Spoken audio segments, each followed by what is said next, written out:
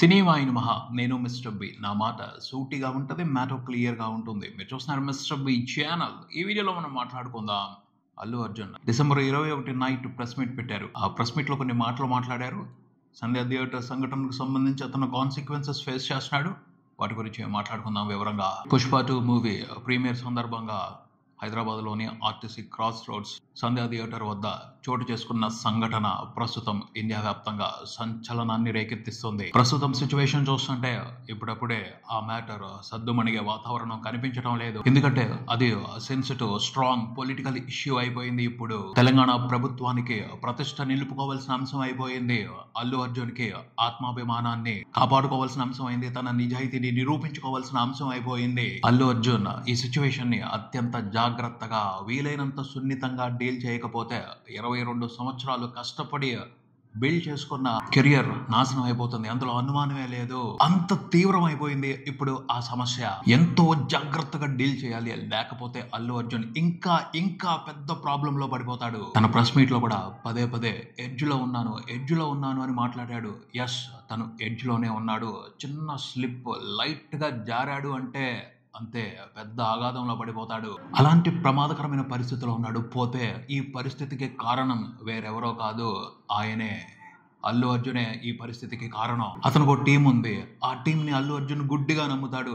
ఆ టీం కూడా కారణం అనే చెప్పొచ్చు. అల్లు అర్జున్ ఇగో ఆ పైన అల్లు అర్జున్ కున్న టీం వేసే ఫేక్ స్ట్రాటజీస్, వాళ్ళు తీసుకునే అనాలోచిత నిర్ణయాలు, వీటన్నిటికంటే కూడా చాలా పెద్ద ఎలిమెంట్ ఉంది. దాని మూలంగా కూడా బోల్డ్ అంత డ్యామేజ్ జరిగింది. అదేమిటి అంటే నిర్లక్ష్యం. ఆ పైన అల్లు అర్జున్ కి అతని టీం కి ఇంకొక విషయం కూడా ఉంది. ఇది కూడా పెద్ద మైనస్. అదేమిటి అంటే మేము చాలా పెద్ద పొజిషన్ లో ఉన్నాం, మాకేమీ కాదు అన్న ఓవర్ కాన్ఫిడెన్స్. ఇవన్నీ కలిసి అల్లు అర్జున్ కి ఇలాంటి ప్రమాదకరమైన పరిస్థితిని ఏర్పాటు చేసి పెట్టాయి. పెద్ద స్టార్ అయిన తర్వాత కొంచెంగానో చిన్నగానో ఈగో ఉండటం, ఓవర్ కాన్ఫిడెన్స్ పెరగడం అనేది సహజమే. ఎందుకంటే అనుకున్నట్టు సక్సెస్ వస్తుంటే ఆ రెండు వద్దన్నా వస్తాయి. పోతే అవి లిమిట్ లో ఉంటే ఇబ్బందే లేదు, ఉండాలి కూడాను కొంతవరకు. ఇగో ఓవర్ కాన్ఫిడెన్స్ అల్లు అర్జున్ కి పెద్ద ప్రాబ్లమ్స్ కాదు, అంతకు మించిన పెద్ద ప్రాబ్లం ఉంది. అదేమిటి అంటే అతని దగ్గర ఉన్న టీం, వాళ్ళ తిక్కల బొందల ఆలోచనలు, వాళ్ళ తిక్కల బొందల స్ట్రాటజీస్, వాళ్ళ తిక్కల బొందల నిర్ణయాలే అల్లు అర్జున్ ని ఇంతవరకు తీసుకొచ్చాయని బలంగా చెప్పొచ్చు. అల్లు అర్జున్ ఇమేజ్ ని పెంచడం కోసం ఆ టీం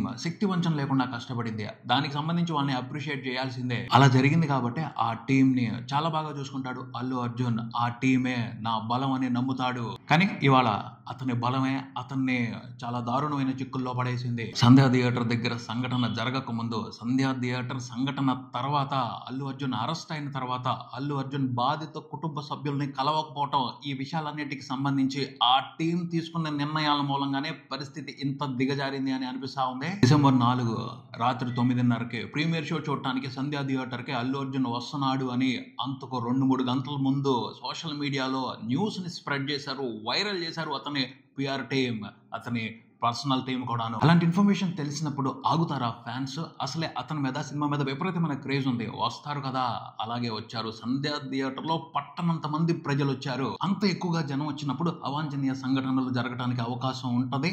అలాంటిదే జరిగింది. ఆ తర్వాత అల్లు అర్జున్ ఆ సంఘటనకు సంబంధించి రియాక్ట్ అవడానికి 2 రోజులు టైం తీసుకున్నాడు. ఇది అసలు ప్రాబ్లం. ఇక్కడి నుంచి మొదలైంది అతను పెద్ద తప్పులు చేయడం. ఏం డౌట్ లేదు, ఆ టీం ఆలోచన కూడా ఉండి ఉంటది. అతను 2 రోజులు రియాక్ట్ అవ్వకుండా ఉండటం వెనక ఇప్పుడు లీగల్ టీం చెప్పొద్దు అని చెప్తున్నారు, కానీ ముందే ఆ టీం చేసిన పెద్ద తప్పు ఇది. ఆ పైన ఒక చిన్న వీడియో విడుదల చేసి సక్సెస్ మీట్ కి వచ్చాడు. అక్కడ కూడా చాలా రాంగ్ గా బిహేవ్ చేశాడు అల్లు అర్జున్. ఒక వీడియో విడుదల చేసి సానుభూతి తెలియజేసి చక్కగా సంతోషంగా సక్సెస్ మీట్ ని చేసుకోవడానికి వచ్చాడు. అక్కడ కూడా కొంత ఓవర్ యాక్షన్ చేశాడు. దాని మూలంగా గట్టిగా బుక్ అయిపోయాడు. అల్లు అర్జున్ ని అరెస్ట్ చేశారు, విడుదల చేశారు. ఆ తర్వాత అల్లు అర్జున్ ఇంటి దగ్గర జరిగిన షో మాత్రం కంప్లీట్ గా క్షమించరాని పొరపాటు. అల్లు అర్జున్ తిక్కల బొంద టీం బోర్డు స్ట్రాటజీ అది అని చెప్పొచ్చు. ఫిలిం ఇండస్ట్రీలో ఉన్న సెలబ్రిటీస్ అతన్ని పరామర్శించడానికి వస్తే వాటిని వీడియోలు చేసి ఆ వీడియోల్ని వైరల్ చేశారు. ఆ వీడియోల్ని బయటకు వదలడంలో ఉద్దేశం ఎలా ఉంది అంటే, అల్లు అర్జున్ ని చూడటానికి ఆ సెలబ్రిటీ వచ్చాడు, ఈ సెలబ్రిటీ వచ్చాడు, మిగతా సెలబ్రిటీస్ రావాలి అన్నట్టు సిగ్నల్ ఇచ్చినట్టు ఉంది. వాళ్ళు వెళ్ళారు కదా, మనం కూడా వెళ్దామని అందరూ వచ్చారు. అదో పెద్ద జాతర అయింది, నానా హంగామా అయింది, అవసరం లేని రగడ అయింది. ఆ ఓదార్పు షోని పెద్ద సక్సెస్ చేశారు, బ్లాక్ బాస్టర్ అయ్యింది. దాని మూలంగా ఏమైంది, కాలాల్సిన వాళ్ళకి ఎక్కడో కాలింది, గట్టిగా కాలింది. ఊరుకుంటారా? కాన్సిక్వెన్సెస్ వచ్చాయి, చాలా స్ట్రాంగ్ గా వచ్చాయి. ఇప్పుడు ఉక్కిరి బిక్కిరి అవుతున్నారు. వీళ్ళది సోషల్ మీడియా తెలివితేటలు, సెలబ్రిటీ స్ట్రాటజీస్ అయితే అక్కడ ఉన్నది పొలిటికల్ స్ట్రాటజీ. స్ట్రాటజీస్ తేడా ఉంటది కదా. ఆటోమేటిక్ గానే పొలిటికల్ ట్రీట్మెంట్ మొదలైంది, స్ట్రాంగ్ పొలిటికల్ ట్రీట్మెంట్ మొదలైంది. ఈ విషయానికి సంబంధించి తెలంగాణ ప్రభుత్వం తప్పేమీ లేదు.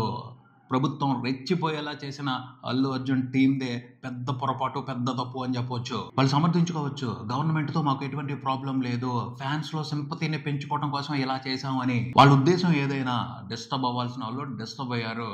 రాయి తీసుకుని మామిడి చెట్టు మీద మామిడిగా కొట్టడానికి విసిరితే అది వెళ్ళి తేనె తుట్టికి తగిలింది అనుకోండి, కాన్సిక్వెన్సెస్ వేరేగానే కదా ఉండేది. నిజంగా ఎంత చెత్త టీం అంటే, అరెస్ట్ కంప్లీట్ అయిపోయిన తర్వాత అల్లు అర్జున్ మెగాస్టార్ ని ఇంటికి వెళ్ళి కలవాలి అనుకుంటున్నప్పుడు ఆ న్యూస్ ను కూడా సోషల్ మీడియాలో వైరల్ చేస్తారు. అంటే ఏంటి, మెగాస్టార్ ఇంటికి అల్లు అర్జున్ వెళ్తున్నప్పుడు మీడియా పడుగాపులు కాయాలి, ఆ న్యూస్ ని కవర్ చేయడం కోసం అక్కడికి అభిమానులు రావాలి, హంగామా జరగాలి.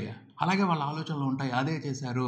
కానీ ఏమైంది, ప్రతిసారి అటెన్షన్ ఉండకూడదు, కొన్నిసార్లు కొన్ని విషయాలు కామ్గా చేసుకుంటా వెళ్ళిపోవాలి. కానీ ఏం చేశారు, అలా ఆలోచించకుండా ఎక్కడికక్కడ అల్లు అర్జున్ ఇమేజ్ ని పెంచాలి అని వాళ్ళు వేసిన స్ట్రాటజీ ప్రకారం చాలా భద్రంగా తీసుకువెళ్లి అల్లు అర్జున్ ని బురదలో పడేశారు. ఇప్పుడు చెప్తున్నారు అల్లు అర్జున్ బాధిత కుటుంబాన్ని కలవటానికి వాళ్ళు వద్దన్నారు, వీళ్ళు వద్దన్నారు, పోలీసులు పర్మిషన్ లేదు అని. ఇవన్నీ కౌంట్ కాదు అనుకున్నప్పుడు ఒకసారి ఏమీ పట్టించుకోకుండా వెళ్ళి వాళ్ళ ఫ్యామిలీని కలిసి వచ్చి ఉన్నట్టయితే ఖచ్చితంగా ఇప్పుడు కనిపిస్తున్న చాలా ఎలిగేషన్స్ కి అవకాశమే ఉండేది కాదు. ఎందుకంటే ఇన్సిడెంట్ జరిగిపోయింది, దాన్ని మార్చలేము. కానీ ఆ తర్వాత నువ్వు ఎంత నిజాయితీగా ఉన్నావు అన్నదే లెక్క అవుతుంది. అల్లు అర్జునే వెళ్ళాలి అనుకోలేదు, అతను టీం వద్దని వారించిందో, ఏదేమైనప్పటికీ అల్లు అర్జున్ వెళ్ళి ఆ ఫ్యామిలీని కలవపోవటం అనేది మాత్రం ఇప్పుడు మోరల్ వాల్యూస్ ప్రకారం చూస్తే తప్పే. అలానే వాళ్ళకి ఇస్తాను అన్న డబ్బుకు సంబంధించి కొంచెమే ఇచ్చి మిగతాది తర్వాత ఇవ్వాలని ఆపటం కూడా వాళ్ళు చేసిన పొరపాటే. అది ఎంతవరకు నిజమో తెలియదు, కానీ వాళ్ళు చేసి ఉంటే మాత్రం తప్పు చేసినట్టే, ఎలిగేషన్స్ కి అవకాశం ఇచ్చినట్టే.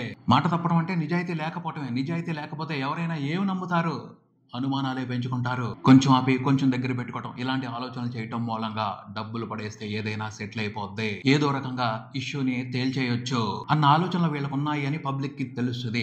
ఆలోచించే వాళ్ళు ఆలోచిస్తారు, వీళ్ళ మీద అనుమానాలు పెంచుకుంటారు. ఒక్కసారి అనుమానం మొదలయ్యింది అంటే అది చిలవలు పలవలుగా పెరిగి పెద్దదవుద్ది. మాట్లాడతారు, ఖచ్చితంగా మాట్లాడతారు, అవమానించేలాగా మాట్లాడతారు, క్యారెక్టర్ మీద నిందలు వేస్తారు. నిందలు వేసిన తర్వాత నేను అలాంటి కాదు, నా మెంటాలిటీ ఇది, నేను మంచోండి అని ఎంత సమర్థించుకున్నా పడిన నిందలు బాధ పెట్టకుండా ఆగవో. ముందు నుండే నిజాయితీగా ఉంటే ఇప్పుడు సంజాయిషి ఇచ్చుకోవాల్సిన అవసరం వచ్చిండేది కాదు. పొరపాట్లు చేశారు, అవకాశాలు ఇచ్చారు అవమానించడానికి. ఖచ్చితంగా చెప్పొచ్చు అల్లు అర్జున్, అతని టీం ఈ సమస్యని చాలా తక్కువ అంచనా వేశారు. ఏదో రకంగా సెటిల్ చేసేయచ్చు. మనకున్న ఇమేజ్ ఏంటి, మన దగ్గర ఉన్న పాపులారిటీ ఏమిటి, మనకున్న ఇన్ఫ్లుయెన్స్ ఏమిటి, మనకి ఎంతమంది తెలుసు, సెటిల్ అయిపోద్ది అని అనుకున్నారు. కానీ కాలం ప్రతిసారి అనుకూలంగా ఉండదు. ఊహించని దెబ్బలు కొట్టిద్ది, తట్టుకోలేని పెద్ద పరీక్షలు పెట్టుద్ది.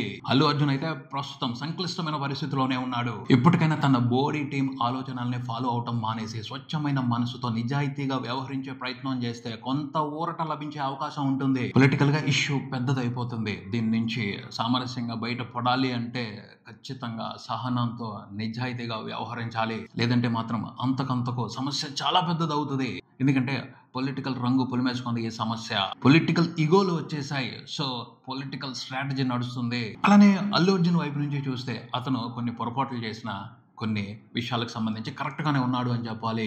అతన్ని దారుణమైన దోషిగా చూడటం మాత్రం కొంచెం పాపం అనిపిస్తున్న మ్యాటరే. అతను జరిగిన దానికి బాధపడుతున్నాడు, తప్పించుకోవాలనుకోవట్లేదు, ఆ ఇష్యూని వదిలిపెట్టి ఎక్కడికో పారిపోవాలి అనుకోవటం లేదు.